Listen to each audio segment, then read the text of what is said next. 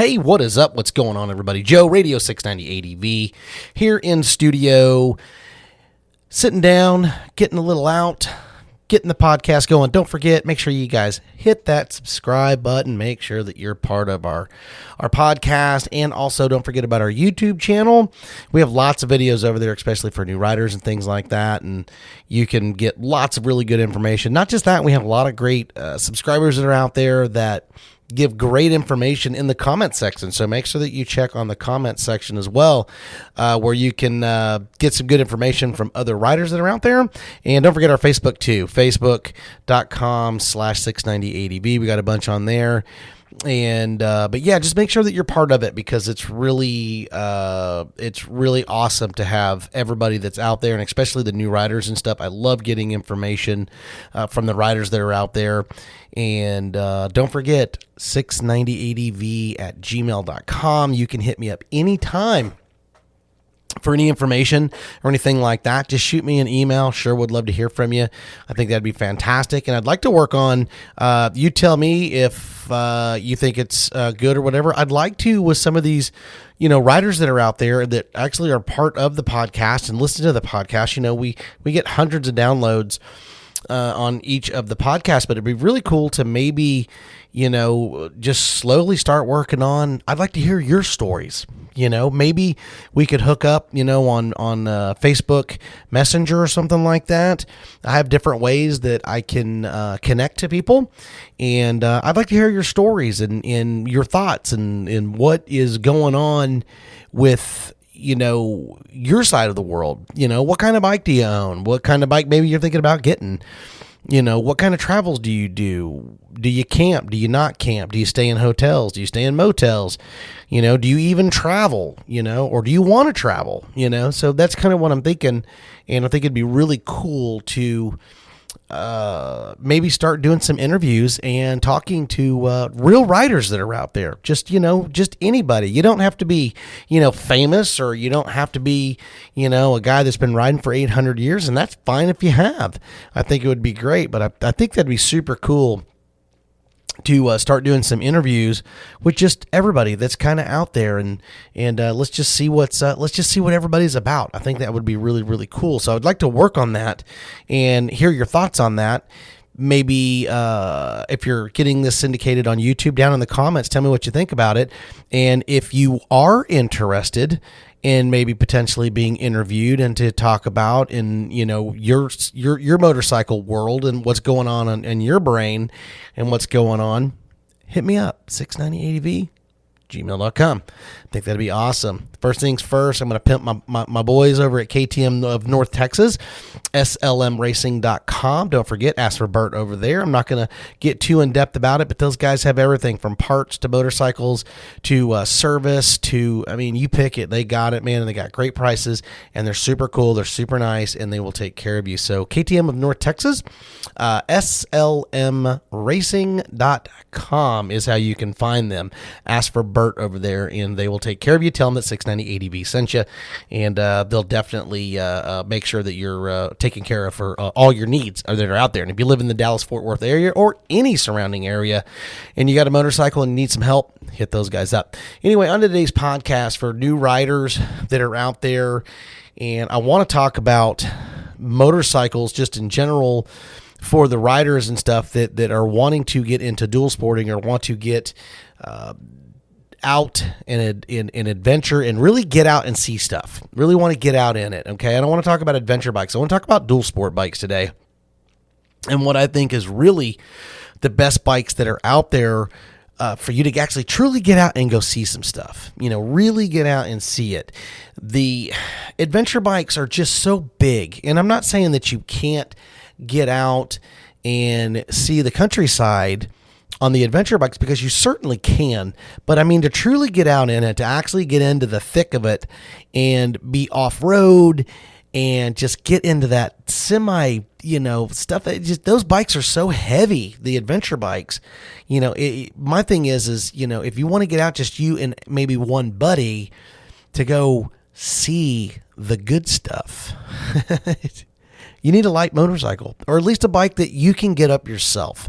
That's really what it boils down to. You get all these guys with these giant adventure motorcycles, and most of these guys, they probably can't pick them up themselves, especially loaded down. And when you go out and adventure travel and you're actually getting off-road, like really off-road, like say at altitude, maybe in New Mexico or Colorado or Utah or Montana, God, the list goes on and on, Nevada, California. I mean, when you get out in there and you start getting up in the altitude, what happens is a 500-pound bike that doesn't have any gear on it, it feels like 1,000 pounds. I know, because I've owned several of them, and I've taken them to altitude, and I haven't, in most everybody, I don't care how great of a rider everybody thinks they are, you're only, I don't want to get too into it, but I've laid my bike down, on several occasions, and there's times that I don't lay my motorcycle down, but on my big bikes, my big adventure bikes,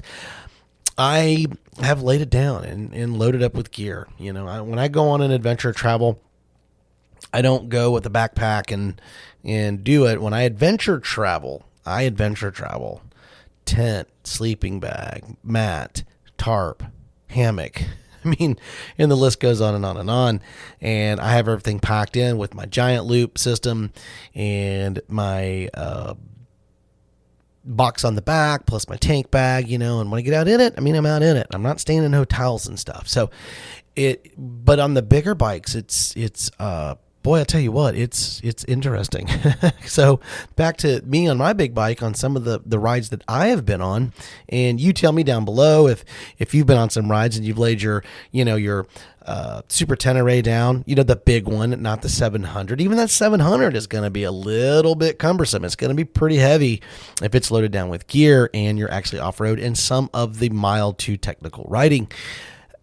I had an 800 GSA, a BMW. Fantastic bike, man. On the road, man, all those bikes are amazing when you're zipping down the highway. But when you get off road, the world changes a whole lot, and I get it. There's a lot of guys out there that own Africa Twins. They own BMW 800s, 850s, they KTM 1090s, 1190s, 1290s, the BMW 1200s, and the list goes on and on and on. Well, each one of those bikes with nothing in them is sitting well at 500 and over to the mid 500s, just with nothing on it. And I basically am going to call BS to anyone there that is off cantered going up a semi-technical trail and lay their bike down and say, yeah, I could just pick it up with all my gear on. And when you do that at altitude, it absolutely will just basically decimate your energy level, especially if you go down more than once. And I follow many, many guys on YouTube that make their posts with the KLR 650s and stuff like that. And I've been following some other stuff lately of some guys doing some Colorado runs, some newer riders, and talking about how incredibly rough it can be in some of the terrain in Colorado, loaded up doing real adventure riding. And you don't see a lot of that stuff on YouTube. You hear about all these great guys that will make, really crappy comments and say about, you're not this and you're not that. But yeah, I never really see anything from these guys. Not even pictures of them loaded up or campsites where they're with their motorcycles in some areas that I know of, that I've been to, that are very popular to go to, that are truly off the beaten path, that are really out there, and it takes a little bit to get to them, and they're loaded down. You just don't see that. But what you do see is you see them running their mouth and telling you how you're not doing it right and yada, yada, yada. But the bikes that I would like to talk about today, and I want to get onto it, I just don't want to talk about the bigger bikes, but I want to throw the bigger bikes out there for the guys that maybe are new or semi-new, that are like, man, it's hard not to get sucked into the adventure bikes because they're so cool looking and they're so fantastic on the highway. But you have to understand there's a give and a take to both sides to dual sporting. So you got to find out which evil, you're willing to deal with. So do you want to deal with the evil on the highway, or do you want to deal with the evil off-road? There's no real magic unicorn motorcycle out there. And you'll get some guys that'll say, oh man, well, my Africa Twin, man, is amazing and it will do everything your 690 will do. No, it won't. My 690 will stomp your Africa Twin off-road. It won't even be close. And it's not a fair fight. You're comparing a Yugo to a Ferrari. It's not even fair. But on the other side, you get to the highway. God, it's literally, it's like flipping a pancake, man.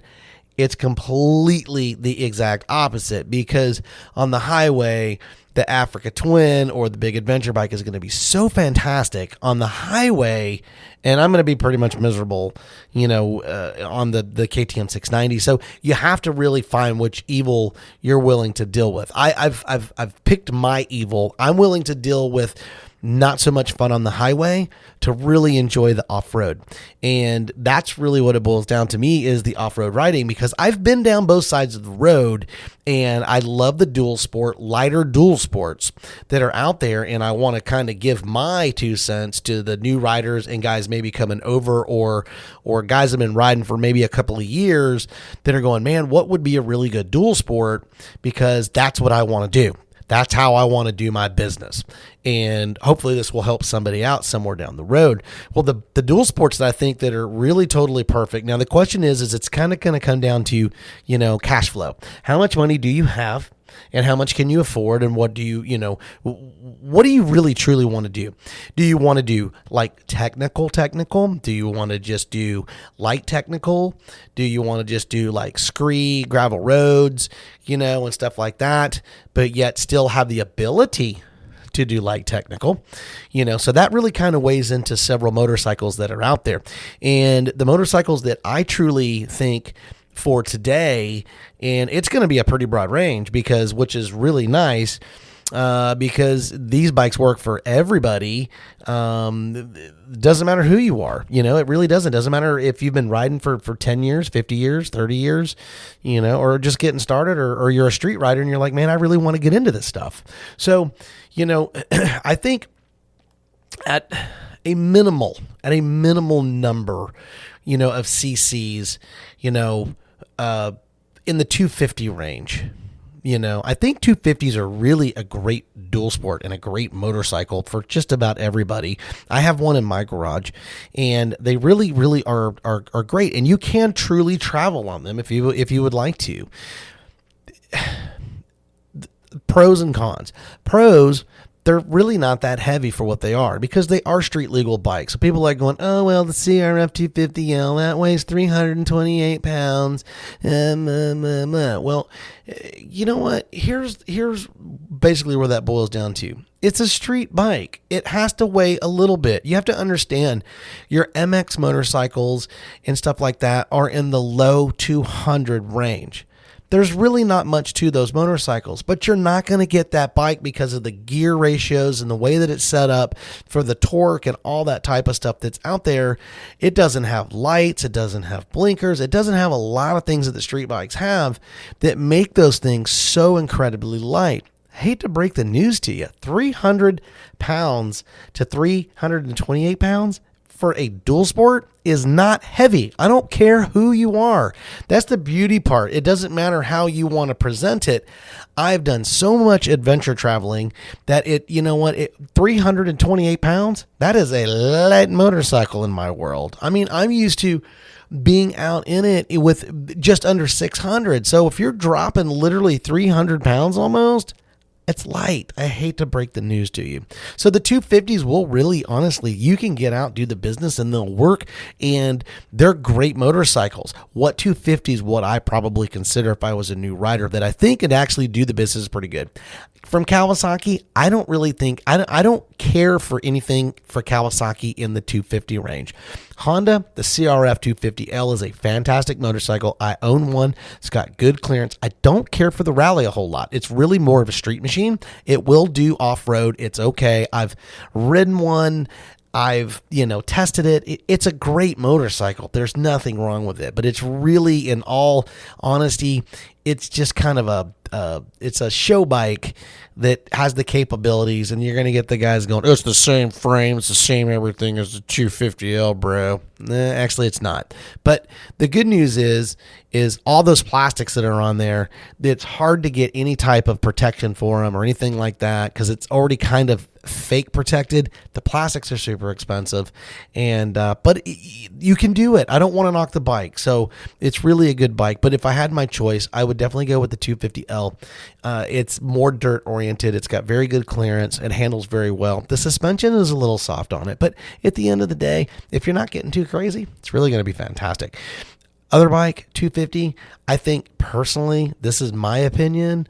You take it with a grain of salt, but I get a lot of guys that will probably back me up on this. The WR250R, that bike is fantastic. And you know what? There's so many of those bikes in circulation. Even though they discontinued it, I have a funny feeling that I think it's probably going to kind of come back. We'll see. I just think they only have to make a few minor changes to get that thing to where it's more for the emissions and everything, because that's really what it's going to boil down to. And I think that's why they basically discontinued it. But that bike right there, honestly, I think is the king. It's got plenty of power, great clearance. It's got really good suspension. Plenty, like I said, plenty of horsepower. There's tons of aftermarket parts. All of these bikes have tons of aftermarket parts. They're relatively inexpensive, and they will just flat out do the business. It doesn't matter how you want to slice it or dice it. And the intervals on that bike, even the 250L, but not much is going to beat that WR250R in the maintenance category. It's literally bulletproof. It's proven. Lots of guys own them. And you totally win, and you can usually pick them up. Now you're just going to have to get it used unless you can find one that's new that a dealer didn't get rid of, and you can pick it up. Now, those are the 250s, and that's just my personal opinion. The reason I didn't do Kawasaki, that Kawasaki 250, I don't like it. I've got buddies that own them. They just don't have a lot of power. They need a little bit of work to get them right. I just think out of the gate, the Honda and the Yamaha are just a much better bet, and I just truly think you're gonna win right out of the gate with those motorcycles. Now, bumping up, and these are really my personal picks, and I get to pick Kawasaki now, and I get to pick Honda, which is fantastic. And again, these two that just came out from Honda and Kawasaki, the 300s, they're getting rave reviews from everybody. And I'll get people that say, well, you've never ridden it, Joe, so how would you know anything about that bike? I don't know, maybe because I know how to read a specification. I happen to know what gear ratios are, compression levels, and not only that, all the people that are out there that are giving me information to let me know, because I've been riding so long, that I understand what they're talking about. So, but the 300s, the CRF 300 and the Kawasaki 300, those two motorcycles are really, they're just getting rave reviews. Now, I've did videos on those. If you want to check them out, they're on my YouTube channel, youtube.com/690ADV. And I'm still sticking to my guns. I think the Honda, and it's neck and neck, man. I mean neck and neck, and you're welcome to bash me on it. I really don't care. At the end of the day, I don't care what your opinions are when it comes to what my thoughts are. You know, you're welcome to tell me what you want to do, and you don't have to agree with me if you don't want to. I'm just telling you from what I know and from what I've read, and if I had to put my dollars down. But the Honda CRF 300 is magnificent. Rave reviews. It's got plenty of power, great clearance. It's basically it's my 250 with a splash of crack, and it's such a great bike. It really is. It's going to be a fantastic bike. But the Kawasaki Klx 300 is basically about the same bike-ish. It really is. Ish. They're real close in price, real close in horsepower, clearance. The tire sizes are the same. The fuel is about the same. But what separates those two that makes it come in, it's like almost a photo finish, but one I give the slighter edge to, and you can agree or disagree. I don't really care. Kawasaki, the KLX 300, they took a little longer to get theirs released after Honda. Maybe they paid attention a little more, but the suspension is much better. Period. It's better. It is a much better suspension. And suspension is a big deal. And I know what people are saying. Well, I would rather have Honda as a much more reliable bike. Man, I don't know where you get your data from, but Kawasaki is super reliable, and so is Honda. But my thing is guess what? I don't have to do an upgrade just to say that I've got a Honda. Out of the box, the Kawasaki's, it's a better bike just because of the suspension. It doesn't have a better engine. It doesn't have better wheel selection. It doesn't have better handlebars. It's just got better suspension. And overall, for the pricing that they're almost the same, I think the Kawasaki's a little bit cheaper. It's better. It's just flat better. I just don't care. I would much rather have better suspension over the biased, the Honda's more reliable. It's biased, man. You got Honda levers, you got Cowie levers. That's just the way it is, man. It doesn't matter. And the same thing goes with KTM. You get people saying, "Oh, KTM's not reliable." Where do you get your data from? They are super reliable, absolutely super reliable. The bikes are only as good as the owner that actually owns the motorcycle. But those Kawasaki 300 and the Honda CRF 300 is fantastic. I don't really care for the Rally Edition. If I was going to do a Rally Edition, I wouldn't buy the Rally Edition. I would just kind of make my own Rally Edition, because they sell kits out there that you can kind of rally your bike up and, have the high, fairing, and you can have the extra gas, and if that's what you want to do. But for the pricing, you're talking like $6,000 for these bikes, brand new, right out of the gate. Man, it's a win. It's a total win. So if you're looking for a bike, and these bikes are even, believe it or not, the 300s are lighter than the 250s. Go figure. More horsepower, better suspension, better motors. I mean, they just, and they're lighter. I mean, you're talking around 300 pounds. I got news for you. 300 pounds is light for a dual sport. It's light. I mean, period. Now, I have another bike that I would throw in there that I think is totally fantastic. And, we're talking like the small range. I don't want to get too crazy and aggressive. Some bikes are for beginners and intermediate riders, and some are just not. I would not recommend the KTM 690 or the 500 for a rider that's been riding for a year or two. Could you ride it? Of course you could. But you really got to pay attention. Lots and lots of power can put you in the hospital without a blink of an eye. Both of them. They're high performance, lots of power. But if you want it, go get it. I'm not telling what you can or cannot do. But the DR400 from Suzuki is another fantastic bike. It's not super heavy.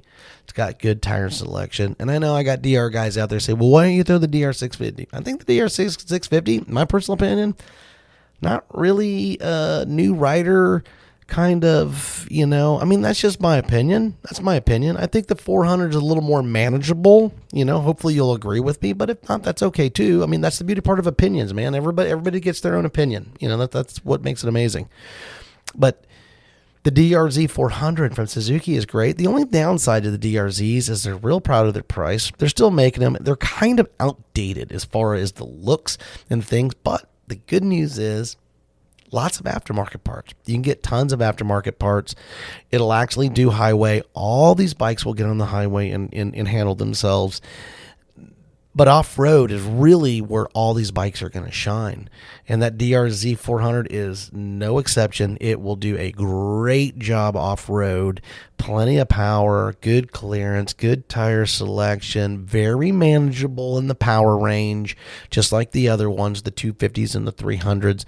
And I think that just totally, these 5 motorcycles really, in all honesty, are probably the best dual sports that are dirt worthy, that are not too powerful, but have enough power and can get out and do the business just about everything from, easy to light technical and even technical. Now, I would say that the CRF 250L is probably not a great choice. If you want to do technical riding, it can do it. We put my CRF 250L through some technical down in Big Bend. It did a good job. It did a good job. We did lose one fork seal doing it. So, it can 100%. But you're just going to really have to pay attention. The suspension just isn't set up for that, but it'll do it. It'll do it. And if you're willing to make some upgrades and stuff like that, then you can totally turn that bike into a technical riding machine. It definitely has plenty of power, and it followed my KTM 690 on the highway at 70 miles an hour. No problem. My buddy V-Man or MacGyver, he's about 6'1", and I would say he's at least 200 pounds, right at 200 pounds, and no problem whatsoever. So the CRF 250L is the only bike that I would say that is not really set up for the technical side, but overall it will do it. I think it needs it's going to need a little love, to get it in that range to handle it. So, but all these bikes totally perfect. They're very reliable, especially for new riders. Long intervals, great tire selection, good clearance, perfect in the power range. Not too much, not too much, but not too little. For all riders, doesn't matter if you're a guy or a girl.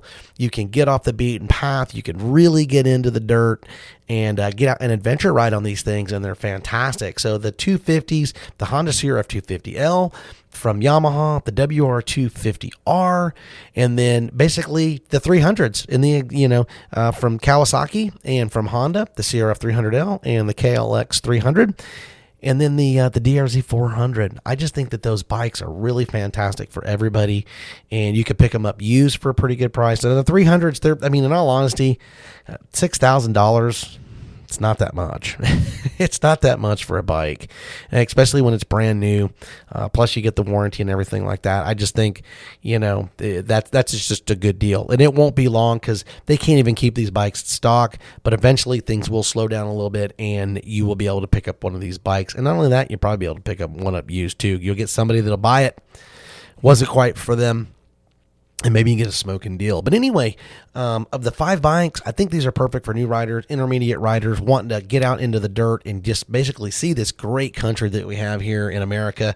And especially with the COVID thing and everything that's going on, you pick it up, or if you're looking for a bike, look at maybe one of these 5. Do some research on them. And I think if any of these bikes, you're going to be totally happy, and they're going to do the business for you. And you're just going to love it. You're just going to love these bikes 100%. Anyway, I'm Joe, your host, 690ADV, or the Radio 690ADV. Find us on all platforms, Apple, Google, Alexa. You can find us on Alexa. You can Amazon. You can find us everywhere. Spotify, you name it. Also, don't forget about my buddies over at KTM North Texas, slmracing.com for any parts or anything like that. Or if you live in the Dallas Metro, guess what? Just cruise on over there. Go see those guys and go check them out. They got lots of really cool stuff, and they'll take care of you. Ask for Bert over there. And until our next episode, thank you so much for stopping in. Don't forget, hit that subscribe. We sure would appreciate it. Get out, find your adventure, be safe. I'm Joe, as always, 690 out.